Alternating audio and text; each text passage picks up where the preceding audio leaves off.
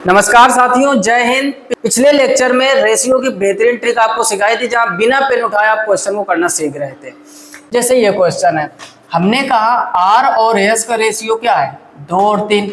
S और T का ratio क्या है, 3 और 5। समझना ध्यान से, आर और एस का रेशियो है 2 और 3, एस और टी का रेशियो है 3 और 5, और आपको आर एस टी का रेशियो बताना। हमने कहा जो प्रश्न में रेशियो होता है वही आंसर में।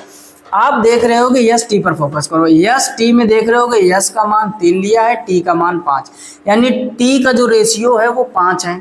इसका मतलब जो हमारा आंसर होगा, ध्यान से समझना, इसका मतलब जो हमारा आंसर होगा वो 5 के मल्टीपल में होगा, या तो 5 या तो 10 या तो 15 या 20 25 30 35 40, कुछ भी एक्स वाई जेड। अब हम ऑप्शन पे आते हैं, आर एस टी में लास्ट वाला टी होगा और 5 के मल्टीपल में होगा। क्या 18 5 का मल्टीपल है? नहीं होगा। 5 5 का मल्टीपल है, ये हो सकता है, ये भी 5 का मल्टीपल नहीं, ये भी 5 का मल्टीपल नहीं। ऑप्शन सी हो जाएगा, कुछ करने की जरूरत नहीं। आई होप आप समझ गए होंगे मेरे भाई।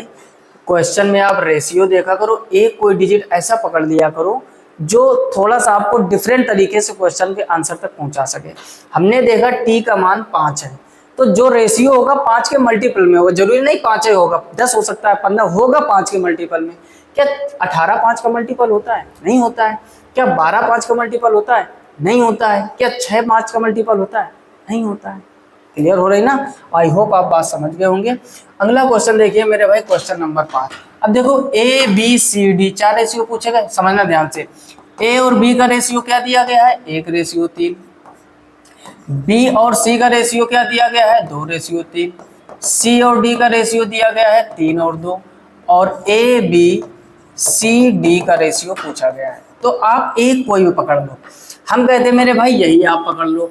ए बी का रेशियो क्या है, 1 और 3 का, यानी जो बी है वो ए से 3 गुना है। एक बात पकड़ो भाई, ए का मान यहाँ 1 है, बी का मान यहाँ 3 है, तो जो बी है वो 1 का 3 गुना है कि नहीं?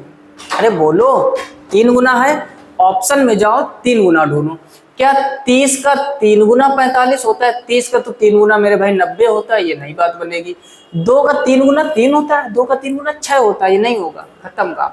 10 का 3 गुना क्या होता है, 30 लिखा इन्होंने 15, खत्म का। 2 का 3 गुना 6 होता है, एक ही ऑप्शन दिया गया, ऑप्शन डी से। एक बात आप पकड़ लिया करो, वो सब मत करने लगना मेरे भाई कि आपने लिख दिया ए बी, फिर बी सी, फिर सी डी, ऐसे डी, है ना? आपने देखा होगा, खाली जगह इधर भर दो, खाली जगह हम मानते हैं अच्छे तरीके हैं भाई, काहे इतना टाइम खराब करोगे जब उतना टाइम आपको सरकार नहीं दे रही।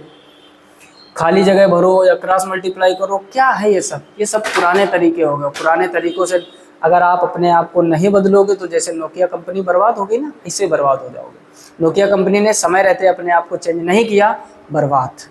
बाकी कंपनियों ने चेंजमेंट कर दिया, देख रहे हो, ओप्पो, वीवो, रियलमी, एमआई, मोटो, पता नहीं कौन कौन सा सब चल रहा है। वही चीज़ आपको करनी, पुराने तरीके। पढ़ो, सीखो, एग्जाम में मत लगाओ। सीखना जरूरी है, एग्जाम में लगाना जरूरी नहीं। एग्जाम में आपको स्मार्ट वर्क करना। हमने देखा कि 1 3 यानी बी 3 गुना है, तो आप 3 गुना वाला ऑप्शन ढूंढो, क्या करने की जरूरत है। क्लियर हो रही ना?